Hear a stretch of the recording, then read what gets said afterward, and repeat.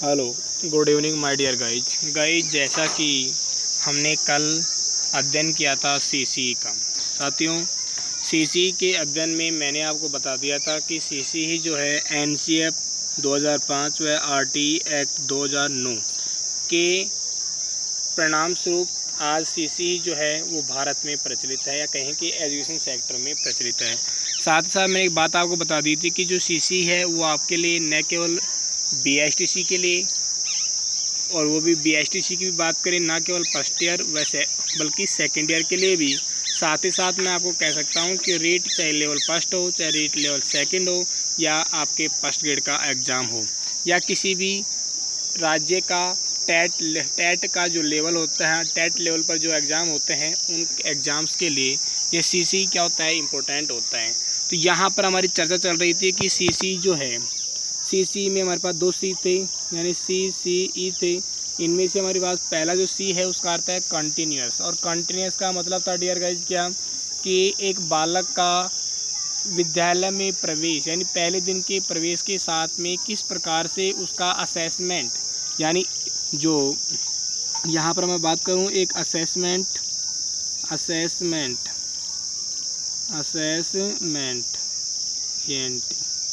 E N T, तो कह रहा है कि जो असेसमेंट है वो असेसमेंट मूल्यांकन जो है उसका इवेल्युएशन जो है वो क्या कर दिया जाता है, प्रारंभ कर दिया जाता है। तो कह रहा है कि जो टीचर जो है उस बालक का जो ये इवेल्युएशन जो है वो पहले दिन से और 70 के लास्ट के दिन तक किस रूप में करता है। तो मैंने आपको कल बताया था कि किस प्रकार से एक बालक का हर हाल में, यानी हर स्थिति में, दिन प्रतिदिन, हर क्षण, हर स्थिति को नज़र में रखते हुए उसका क्या होता है, अवलोकन करते हुए उसका मूल्यांकन किया जाता है। कह रहा है कि देखो वो आगे देखते हैं उसी सी को, यानी कंटिन्यूस शब्द है, कंटिन्यूस जो शब्द हमारे पास में है,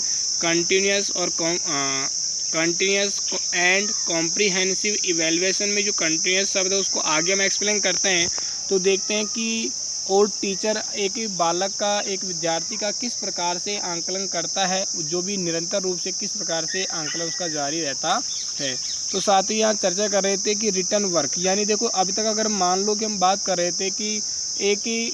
शिक्षक जो है, यानी टीचर जो है वो क्या कर रहा था, एक बालक का ओरली यानी मौखिक रूप से जो उसके शब्दों का प्रयोग किया जा रहा था, जो कमेंट वह कर रहा था, जो बोल रहा था, जिस प्रकार से जिस वे में वह एक क्वेश्चन का रिस्पॉन्ड कर रहा था, वो इस रूप में क्या कर रहा था, उसका आंकलन कर रहा था। पर अब वो कह रहा है कि एक जोटेड डाउन का अर्थ होगा डियर गाइज क्या, कि शॉर्ट में लिखा हुआ, यानी शॉर्ट में लिखा हुआ का मतलब है, मे बी आपने कभी शायद देखा होगा कि आपने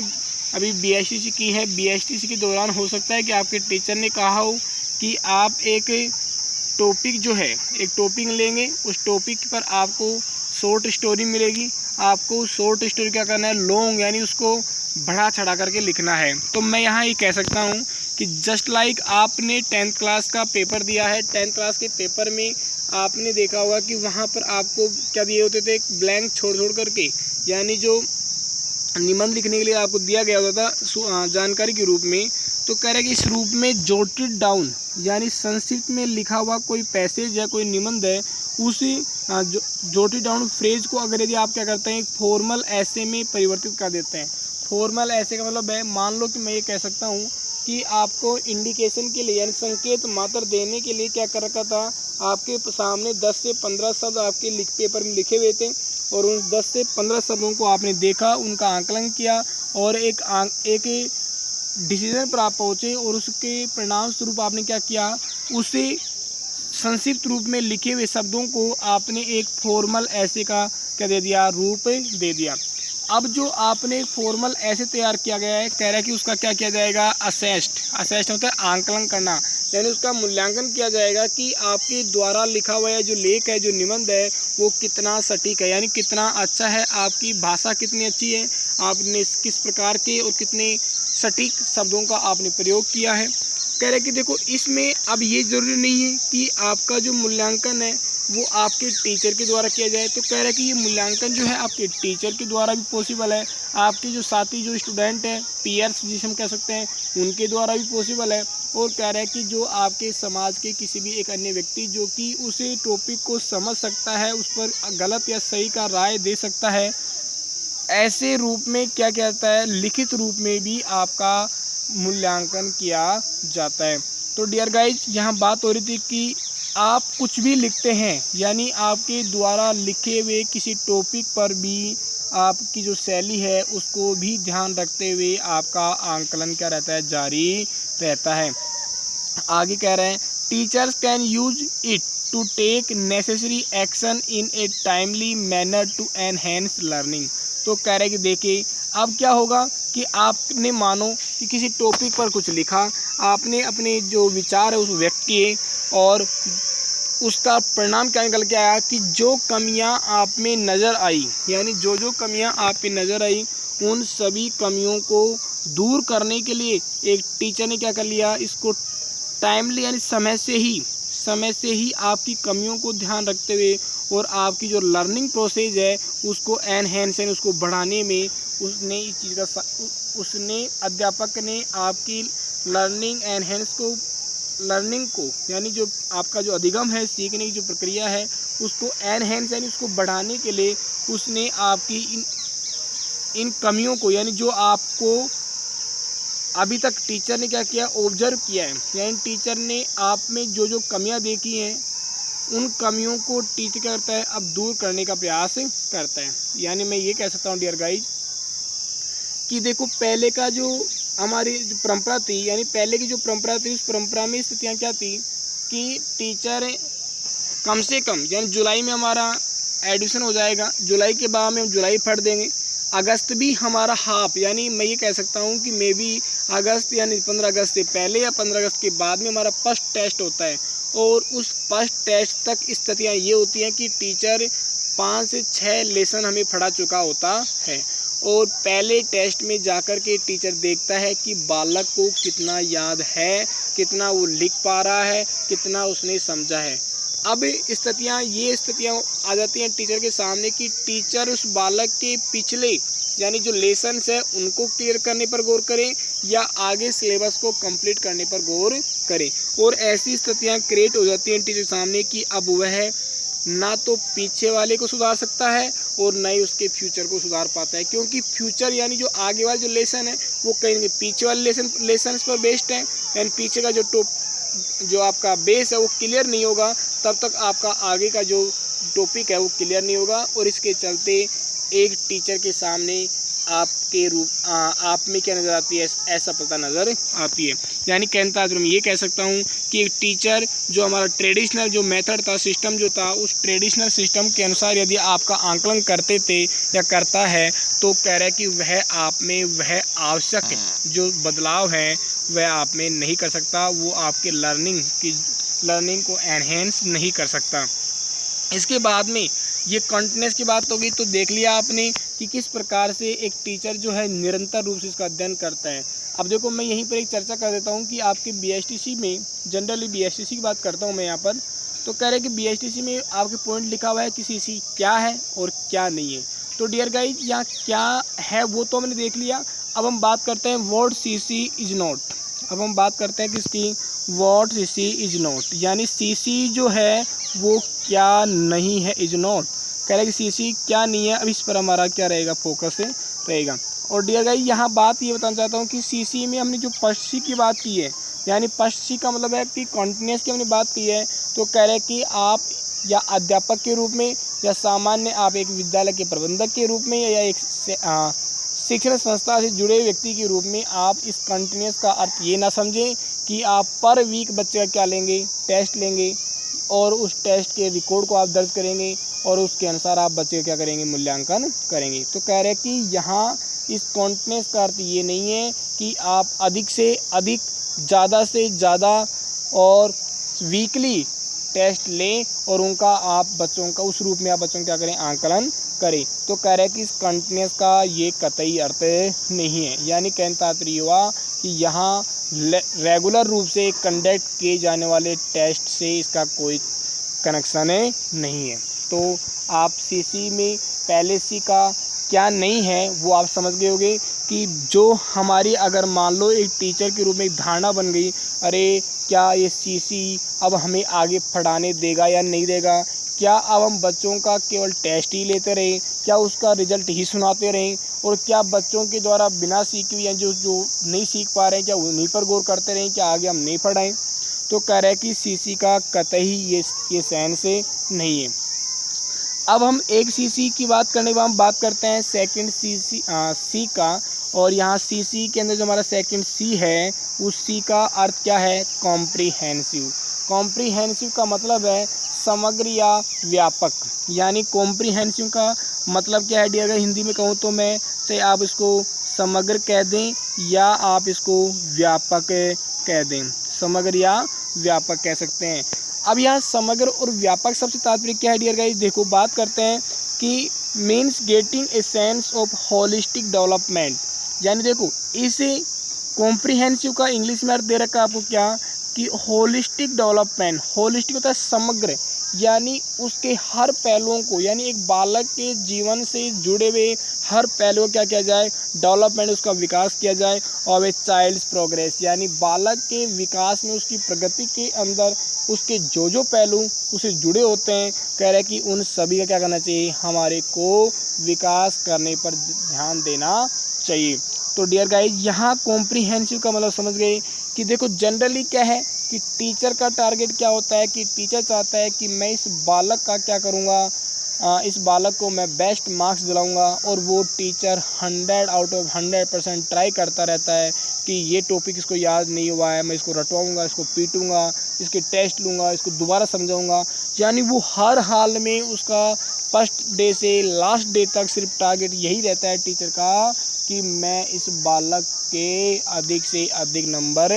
दिला के रहूँगा। और इसका मतलब है कि आपने उसके एक ही पहलू का, यानी उसके जीवन के एक ही पहलू का आपने क्या किया, विकास किया है, और वह पहलू है क्या, एजुकेशनल एस्पेक्ट, यानी शैक्षणिक पहलू है। यानी डियर गाइस यहाँ पर होलिस्टिक डेवलपमेंट या कहें या कॉम्प्रिहेंसिव का मीनिंग क्या है यहाँ पर, कि हमें बालक के जीवन के संबंधी सभी पहलुओं का क्या करना है, विकास करना है, या उसके जीवन के सभी पहलुओं पर हमें ध्यान देना है। तो देखते हैं कि सभी पहलू हैं क्या। तो कह रहा है कि इट कवर्स ऑल एस्पेक्ट्स, ये क्या करता है, व्यक्ति के जीवन के सभी पहलुओं को कवर करता है, यानी उनको अटैच करता है, जोड़ता है। तो कह रहा है देखो वो किस किस प्रकार के पहलू हैं। तो कह रहा है कि कॉग्निटिव, कॉग्निटिव का मतलब होता है बौद्धिक, कॉग्निटिव होता है बौद्धिक, यानी ज्ञान से संबंधित। यानी ये कह रहा है कि आप बालक के विकास में अगर ध्यान देना चाहते हैं तो आप बालक का बौद्धिक विकास तो आप कर रहे हैं, यानी कहना चाहते हैं कि शैक्षणिक विकास तो आप कर रहे हैं, पर यहाँ शैक्षणिक के साथ में आपको सह शैक्षणिक, यानी शैक्षिक और सह शैक्षिक, शैक्षिक व क्या सह शैक्षिक, सह शैक्षिक, यानी आपको शैक्षिक व सह शैक्षिक दोनों प्रकार की जो उसकी दोनों प्रकार के जो उसके जो विकास के पहलू हैं उन पर आपको क्या करना चाहिए, ध्यान देना चाहिए। यानी कहने तात्पर्य डियर गाइस यहाँ पर ये हुआ कि केवल आपको इस बात पर ही गौर नहीं करना चाहिए कि बालक के मार्क्स ज़्यादा से ज़्यादा कैसे आ सकते हैं, वो और अधिक कैसे याद कर सकता है, हमें केवल इस बात पर फोकस नहीं करना चाहिए, बल्कि हमें उसके पर्सनल या सोशल जो उसकी क्वालिटीज़ हैं, पर्सनली उसकी व्यक्तिगत उसमें कौन सी एक विशेष क्वालिटी है। यहाँ विशेष क्वालिटी का मतलब है कि या देखो अभी आगे मैं आपको बताऊंगा कि उसमें पर्सनली व्यक्तिगत, व्यक्तिगत का मतलब है कि जो केवल विशेष क्वालिटी उसी ही एक बालक में है, उसके समान उसके पीयर्स में वो क्वालिटी नहीं है। यानी उस क्वालिटी को भी आपको क्या करना है, मेंटेन करना है, उस क्वालिटी में भी आपको विकास खोजना है, उस विकास करना है। साथ में कह रहा है कि सामाजिक क्वालिटी, यानी उस बालक में व्यवहारिक यानी सामाजिक जो क्वालिटी है, गुण जो है वो कितना अच्छा है, और यदि उसमें एक विशेष कोई गुण है तो उस गुण को और अधिक क्या करना चाहिए, बढ़ावा देना चाहिए। साथ में डियर गाइस यहाँ पर यह भी कहा गया है कि कॉम्प्रिहेंसिव का मतलब कि अगर यदि बालक में कुछ अच्छाइयाँ हैं, व्यक्तिगत अच्छाइयाँ, सामाजिक तौर पर उसकी अच्छाइयाँ हैं, तो उन्हें बढ़ावा देना चाहिए। किंतु अगर उसमें कोई बैड क्वालिटी यानी उसमें डिमेरिट्स कोई उसके हैं, उसके में कोई बुराइयां हैं, कुछ उसमें गलत आदतें हैं, तो उन गलत आदतों को हमें दूर करने पर भी क्या करना चाहिए, फोकस करना चाहिए। आगे कह रहा है ही और see assess the students on how they work in groups. देखो कह रहे हैं क्या कि एक अध्यापक जो है, यानी अध्यापक चाहे पुरुष हो चाहे महिला हो, कह रहे उन्हें क्या करना चाहिए, एसेज उसका आंकलन करना चाहिए। यहाँ देखो आंकलन में मैंने एक बात कही, सीसी की सबसे महत्वपूर्ण बात ये है कि डियर गाइज, अब तक हमारा मानना था कि एक बालक का जो आंकलन है केवल कौन कर सकता है, टीचर कर सकता है, नहीं। अब यहाँ पर सीसी के दौरान क्या बताया गया है कि उसके आकलन में, उसके मूल्यांकन में यहाँ कौन कौन अपनी भूमिका निभा सकता है। कह रहे कि उसके संबंधित हर व्यक्ति, जैसे टीचर उसका हो सकता है,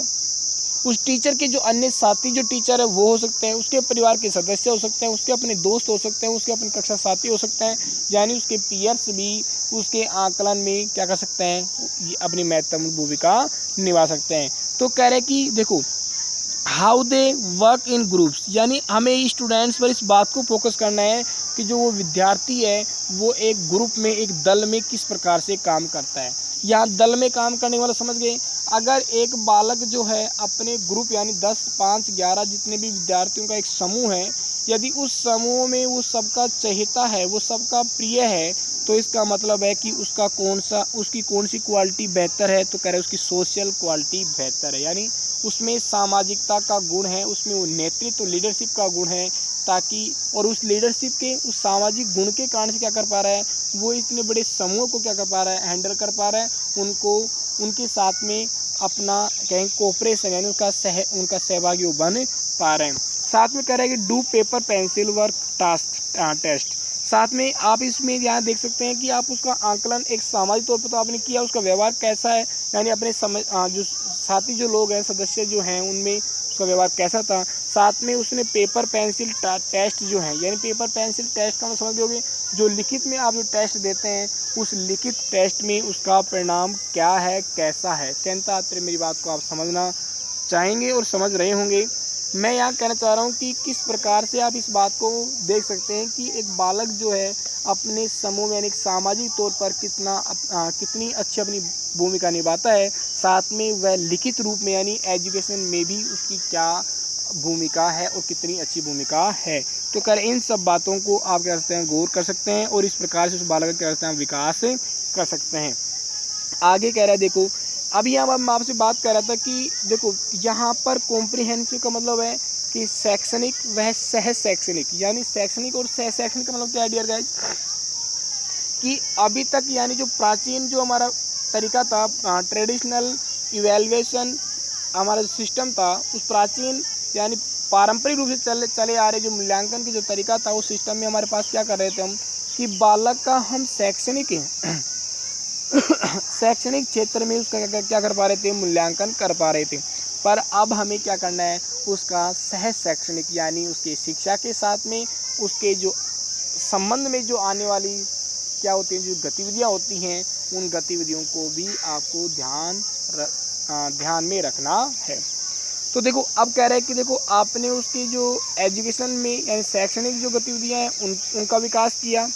कमियां हैं तो सुधारा, और पर्सनल और सोशल क्वालिटीज़ में आगे कह रहा है देखो कि उस बालक में आपके पास में पर्सनल जो है, देखो सोशल की बात तो मैंने कह दी, ग्रुप में काम करना, या पर्सनल क्वालिटीज़ की बात हो रही। देखो पर्सनल क्वालिटीज़ में क्या आप देखते हो कि हर बालक को क्या नहीं करना आता, ड्राइंग करना नहीं आता, यानी हर बालक क्या नहीं कर सकता, कोई तस्वीर नहीं बना सकता, ड्राइंग का काम नहीं कर सकता। दूसरी बात कहते हैं कि हर बालक क्या नहीं कर सकता, तस्वीरों को रीड नहीं कर सकता। अब यहाँ तस्वीरों को रीड करना क्या है डियर गाइस, देखो आपने कई बार कहते सुना होगा, अरे क्या है इस तस्वीर में ऐसा, अरे ये एक उस सरस्वती माता की तो है, अरे ये गांधी जी की तो है, अरे ये फलाने व्यक्ति की तो है, ये उस व्यक्ति की है, ऐसा हम कह देते हैं। पर एक्चुअल में एक विद्यार्थी उसी तस्वीर को देख करके कहता है कि देखो कि क्या कहना चाह रहा है, यानी एक ने देखा तो उसने सीधे से कह दिया कि ये इसकी तस्वीर ही तो है, इसमें क्या देख रहा है इतना, और एक उसकी तस्वीर को देख करके उसे के जो एक्सप्रेशन है, उसके जो फीलिंग्स हैं, उनको क्या कर रहा है, उसके फेस रीडिंग के द्वारा उनको पहचान पा रहा है। यानी आपने कई बार देखा होगा कि किसी व्यक्ति की तस्वीर को देख करके आप बता देते हैं कि ये बड़ा गंभीर व्यक्ति है, ये धैर्यवान है, ये बड़ा जोशीला व्यक्ति है, ये बड़ा दुखी है, बड़ा प्रसन्न है। तो ये क्या है, कह रहे हैं कि तस्वीरों को रीड करना है। तो उस पर्सनल क्वालिटी की हम बात कर रहे हैं, तो ड्राइंग पिक्चर, रीड पिक्चर्स और एक्सप्रेस देम सेल्वज, और कह रहा है कि साथ में ओरली और यानी मौखिक रूप से कह रहे कि हमें उस व्यक्ति में वो क्वालिटियाँ अगर दिखती हैं कि वो अपने आप को ओरली यानी मौखिक रूप से किस प्रकार से क्या कर रहा है, अभिव्यक्त कर रहा है। यानी आपने कई बार देखा होगा कि एक बालक जो है बहुत रटता है, बहुत अच्छा बोलने का प्रयास करता है, किंतु जैसे ही वह एक स्टेज पर कहीं या कहीं पर जहाँ कहीं उसको बोलने का अवसर मिला है, वहाँ वो जैसे ही पहुँचता है, वहाँ वो क्या होता है, हिचकिचाने लगता है, डरने लगता है, उसकी आवाज़ काँपने लगती है और वो बोल नहीं पाता है। तो इसका मतलब है कि उसकी ये जो व्यक्तिगत क्या है, एक कमी है। तो डियर गाइज, तो कह रहे कि अगर किसी बालक में ओरली यानी कोई अगर मौखिक रूप से अभिव्यक्ति करने की अगर क्वालिटी है, तो आपको अगर उस क्वालिटी में ज़रा सी यानी 100 में से हम बात करें 90% वो सही है, पर 10% अगर आपको कहीं कमी नज़र आ रही है, तो 10% की कमी को आप दूर करने में क्या करें, उस बालक की सहायता करें। साथ में कह रहा है कि कंपोज ए पोएम या सॉन्ग। मान लो कि एक बालक क्या करता है, कोई कविता या किसी गाने की रचना करता है, तो कह रहा है कि आप ये ना करें, अरे मूर्ख कहीं के यानी उस बालक को डांटे नहीं कुछ भी कहते हुए, गलत शब्दों का प्रयोग करते हुए, और उसे ये ना कहें कि अरे तेरे से पढ़ा तो नहीं जाता, तुझसे ये तो नहीं किया जाता। कह रहे कि मत आज की शिक्षा में बालक के विकास का मतलब केवल ये नहीं है कि वो विद्यालय में लगने वाले हाफ ईयरली टेस्ट जो भी लगते हैं हमारे, उन सब में वो अच्छे मार्क्स ला करके ही इस बात को प्रूव कर सकता है कि मैं एक होनहार, ब्रिलियंट और विद्वान विद्यार्थी हूँ और मेरी अच्छी बौद्धिक क्षमता है। यही मात्र उसकी क्या नहीं है, पहचान नहीं है। ये कह रहा है कि आप एक बालक में एक रचनात्मक, देखो मैं आपको बताना चाहूँगा अभी आगे, तो कह रहे कि कंपोज ए पोएम, यानी वो अगर कोई बालक पोएम लिख रहा है, हो सकता है कि उसने पहली बार 2, 1, 5 पोएमें लिखी और आपको दिखाया, या आपने बाय द वे किसी संयोगवश देख लिया, तो उन पोएमों को आप देख करके उसे डांटे नहीं, बल्कि उसमें अगर कुछ हल्की फुल्की कमियां हैं, उन कमियों को बताते हुए उसको बेहतर करने के लिए क्या करें, मोटिवेट करना चाहिए। तो डियर गाइस, यहाँ बात हो रही थी कि कॉम्प्रीहेंसिव का मतलब है कि एक बालक के समग्र विकास पर अध्यापक को क्या करना चाहिए, ध्यान देना चाहिए। यहाँ समग्र विकास का मतलब है कि केवल अध्यापक को उसके शैक्षणिक क्षेत्र का ही नॉलेज देने पर गौर नहीं करना चाहिए, बल्कि उसकी पर्सनल जो उसमें क्वालिटीज़ हैं, जो उसमें ही हैं, और या उसमें सामाजिक कोई गुण है, तो उन गुणों को भी आगे बढ़ाने में, उनका विकास करने में, उनके सुधारात्मक जो कदम है उनके प्रति उठाए जाने चाहिए। आगे कह रहे हैं, देखो बात को समझना, दिस असेसमेंट, यानी अब आपने जो बालक की गतिविधियां देखी हैं, एक्टिविटीज़ देखी हैं, और उनको आपने क्या किया, रिकॉर्ड किया, यानी आंकलन करते हुए आपने रिकॉर्ड किया है, एंड कंपाइल्ड, उनको संबंध किया, जोड़ा है। तो कह रहा है कि बाय द टीचर, अध्यापक के द्वारा, यानी एक अध्यापक के द्वारा जब बालक का क्या किया गया, आंकलन किया गया, और उस आंकलन को अंकों के रूप में कहें, या उसकी जो जिसका होनर है, उसकी जो गुणवत्ता है, उसके रूप में जो आप उसको संबद्ध किया, कहीं नोट किया, तो कह रहा है is known as the summative data. तो कह रहा है कि ये एक किस रूप में काम आ जाएगा, summative data of A lesson या थीम। यानी ये सब कुछ जो आपने उस बालक में देखा है, क्वालिटियाँ देखी हैं, उसकी पर्सनल क्वालिटीज़, कोई सोशल क्वालिटीज़, या फिर उसकी कॉग्निटिव क्वालिटीज़ जो है, तो कह रहे हैं कि उनको देख करके जो आपने उसका आंकलन किया है, वो आप एक सम्मेटिव डाटा के रूप में, यानी एक लेसन या एक थीम, यानी एक विषय या एक पार्ट के सम्मेटिव डाटा के रूप में उसका आप क्या करते हैं, उपयोग कर सकते हैं। यह सम्मेटिव डाटा क्या है, तो डियर गाइस इस बात को समझेंगे। देखो, हम जब या कहें कि एक अध्यापक जो है, कि हम का मतलब मैं ये कहना चाहता हूँ कि आप भावी अध्यापक बनने वाले हैं, यानी आप भविष्य में क्या बनेंगे, टीचर बनेंगे। मे बी कोई प्राइवेट रहेगा, कोई गवर्नमेंट लगेगा, और आई होप सो कि आप सभी गवर्नमेंट लगेंगे, क्योंकि अगर आप मेहनत कर रहे हैं और मेहनत करने का जज्बा रखते हैं, आप में वो टैलेंट है, और आई होप आप इन वीडियो को देखने का जुनून दिखा रहे हैं, इसका मतलब है कि आप में कहीं ना कहीं क्वालिटी है, और आप उस क्वालिटी को और बेहतर करने के लिए क्या करें, जुनून आप में है, और आप प्रयासरत हैं। तो डियर गाइस, यहाँ बात चल रही थी कि सम्मेटिव डाटा क्या है। तो देखो, आप यहाँ ध्यान रखेंगे कि आपके विद्यालय में, यानी अब हम देखते हैं कि राजस्थान की हम चर्चा करें जनरली, तो राजस्थान में अभी जो आरबीएसई और सीबीएसई में, मैंने आपको कल बता दिया था कि सीबीएसई में पहली से 10वीं कक्षा तक लागू है ये सीसी, और आरबीएसई में यह पहली से 5वीं कक्षा तक लागू है। तो मैं यहाँ बात कर रहा हूँ कि एक बालक का जो आंकलन किया जाता है, असेसमेंट किया जाता है, तो वो असेसमेंट 3 चरणों में किया जाता है, और 2 बार, यानी 3 3 दूनी 6। तो बात को समझना है यहाँ देखो। तो कह रहा है कि देखो, आपको मैं इस प्रकार से समझाना चाहूँगा कि आपने क्या किया कि हाफ ईयरली, यानी मैं कहता हूँ कि आप 10 महीने की जो ड्यूरेशन समझ सकते हैं कंप्लीट ईयर की, तो आपके जो 5 क्या है मंथ्स हैं, यानी फर्स्ट जो 5 मंथ्स हैं, यानी हाफ ईयरली से हम कह सकते हैं। तो कह रहे इस हाफ ईयरली में और लास्ट 5 मंथ्स जो हैं आपके, यानी जो आप यानी जो हाफ ईयरली के बाद का जो आपका टाइम होता है,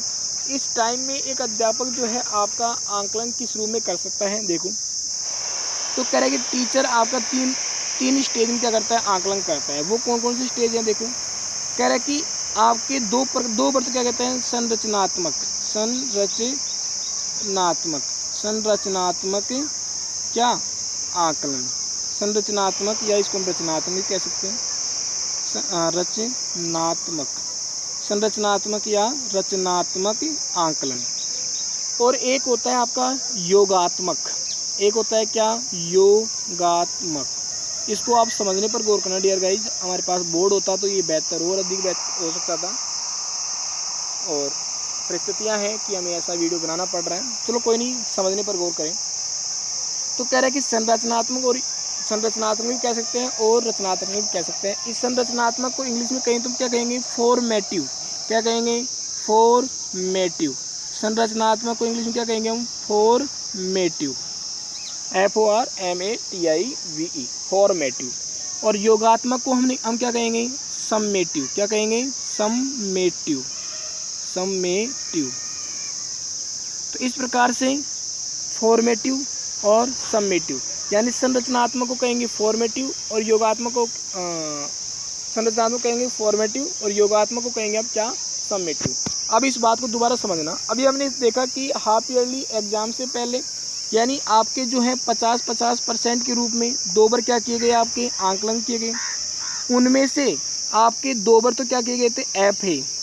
एफ और ए, यानी एफ का मतलब हो गया यहाँ पर समझ गए होगे क्या, फॉर्मेटिव असेसमेंट, यानी संरचनात्मक आंकलन या रचनात्मक आंकलन। कह रहे कि पहली बार में आपका 10% आपको मार्क्स दिए गए, यानी आपके आंकलन की जो ग्रोथ रेट है वो 10% रही।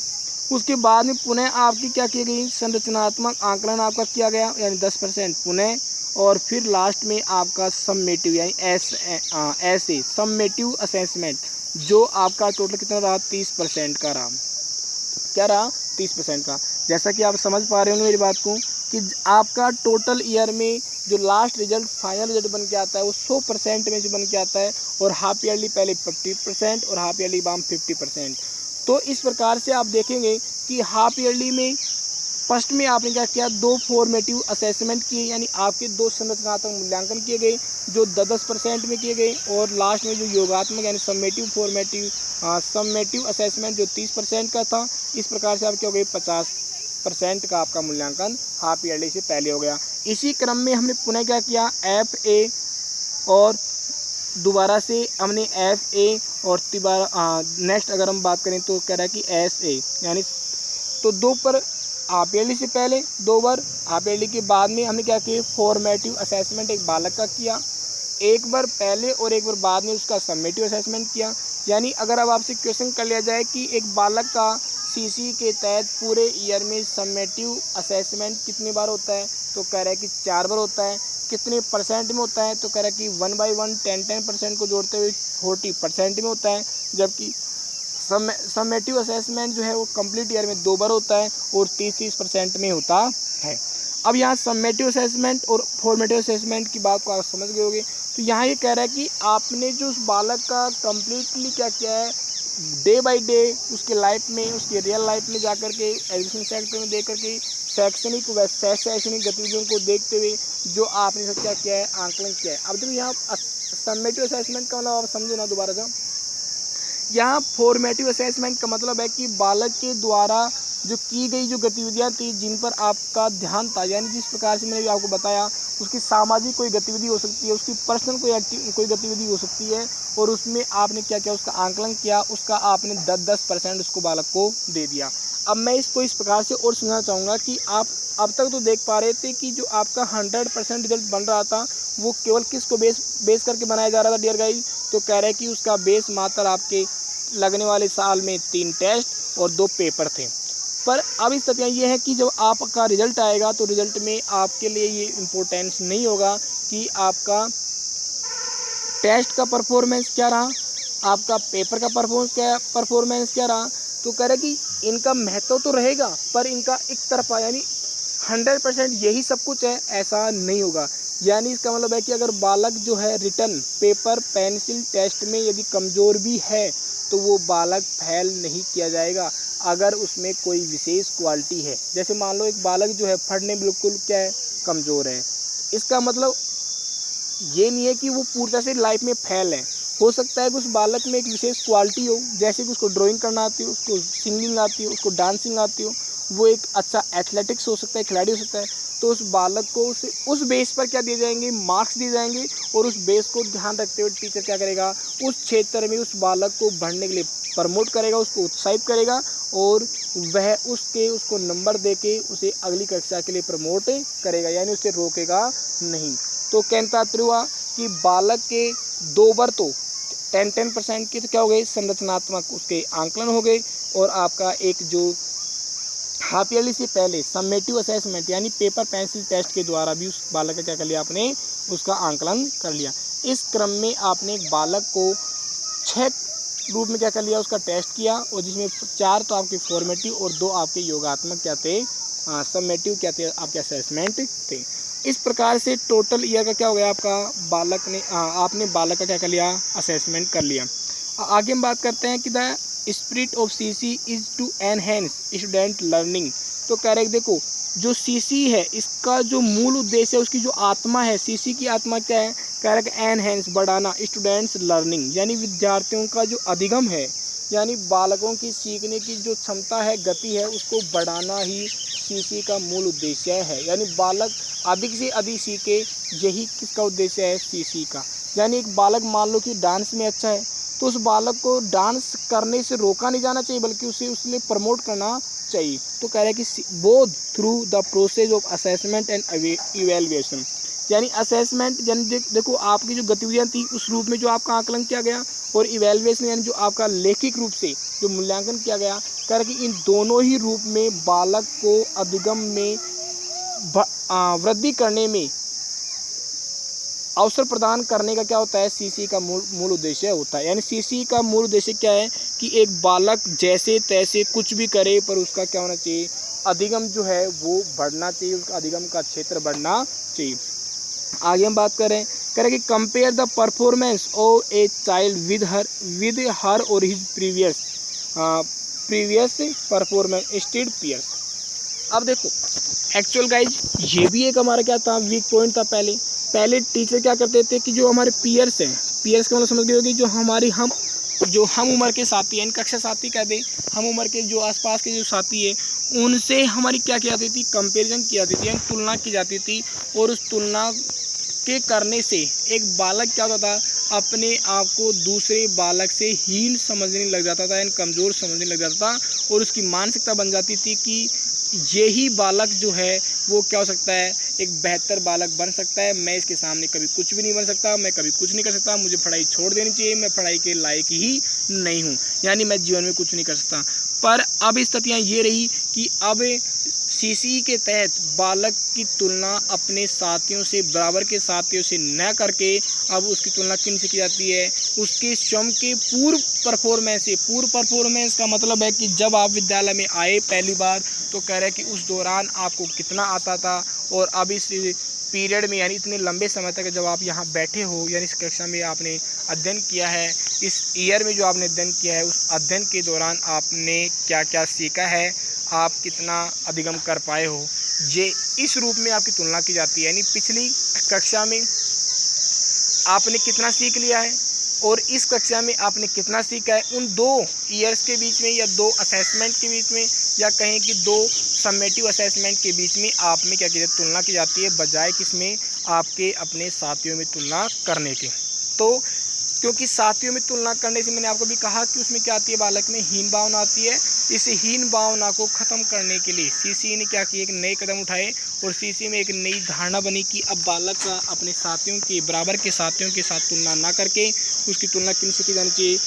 तो कह रहे हैं कि उसे उनकी तुलना उसके स्वयं के ही पूर्व परफॉर्मेंस से की जानी चाहिए। तो साथियों आई होप आपने यहाँ तक समझा होगा। आगे हमारा सीसी का जो टॉपिक है वो आगे कंटिन्यू रहेगा, क्योंकि यहाँ पर आपको बहुत सी और चीज़ें हैं जो पढ़नी होती हैं।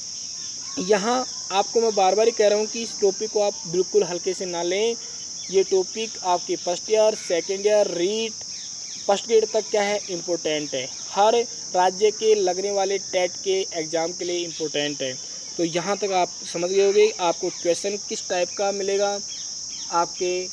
संरचनात्मक असेसमेंट कितने हुए, ऐसा क्वेश्चन आपको मिल सकता है। ठीक है, और बाकी जो हमारी बातें हैं वो हम कंटिन्यू करते रहेंगे। आपका जो काम है, मैं आपसे जो आशा करता हूँ, मैं इतनी आशा करता हूँ कि आप अपने अधिक से अधिक साथियों तक इन वीडियोज़ को पहुँचा करके उनकी भी सहायता करें और अपने चैनल को प्रमोट करने में भी अपनी सहायता करें। और जैसा भी आपका फीडबैक हो साथियों, आप मुझे अवश्य दें। मैं एक आपको लास्ट बात आपको कहना चाहूँगा डियर गाइज। तो कह रहे कि वो बात क्या है, देखो अगर आपको अगर ऐसा क्वेश्चन नहीं होगा, पर फिर भी अगर आपको क्वेश्चन कर ले, तो कह रहे कि NCF जो है, NCF 2005 जब आया, तो कह रहे NCF 2005 किस धारा के, यहाँ देखो धारा शब्द को मैं किस शब्द बताऊँगा, क्लोजेज। धारा शब्द को हमारे किस शब्द से बता रहा हूँ आपको, क्लोजेज, यानी आपके BST में साफ शब्द में लिखा हुआ है क्लोजेज। तो कह रहा है कि NCF धारा 16 के तहत और RTE धारा RTE 2009 जो है आपका, वो धारा 24 के तहत, और आपकी जो CCE है वो धारा किसके तहत, 29 के तहत क्या हुई है, लागू हुई है। तो dear guys, I hope so आप इन सबको याद रखेंगे, आपके एग्ज़ाम में आपको अच्छा इसका फीडबैक मिले, अच्छा आपको सीखने को मिले, इसके लिए मैं उम्मीद करता हूँ और अधिक से अधिक ट्राई करता हूँ। मैं आपको बार बार ये कह रहा हूँ कि आपके फर्स्ट ईयर, सेकेंड ईयर के पर एग्ज़ाम में पर ईयर 2 क्वेश्चन, एक लॉन्ग और शॉर्ट क्वेश्चन आपके 100% इसमें से आता है। यानी CC का टॉपिक आपके लिए हर हाल में क्या है, महत्वपूर्ण है। धन्यवाद साथियों।